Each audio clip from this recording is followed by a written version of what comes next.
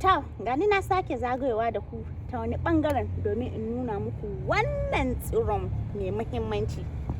Ku duba ku gani, look closely, who can tell me menene, wani ganye ne wannan, wani tsiro ne wannan, wa zai iya gaya min? A gaya min a comment section. Duk wanda ya gaya min sunan wannan a comment section yana da kyauta. Kuna gani?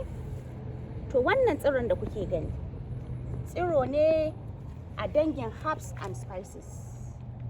Masu kori suna amfani da shi, ana amfani da shi a matsayin thyme.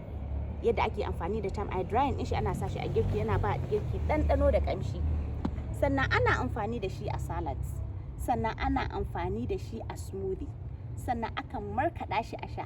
Sannan masana wato ɓangaren pharmaceuticals kenan sun ce babban magani ne sahihi na ƙoda da kuma kansa.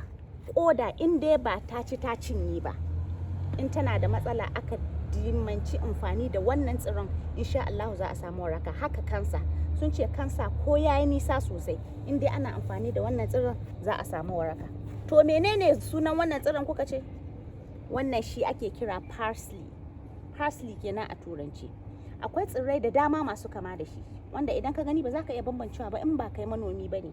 Akwai celery, akwai coriander, akwai cilantro, suna nan kala daban-daban masu kama da juna sosai, ba za ku taɓa iya bambancewa ba. To amma mun san bambancinsu. Kun gan su?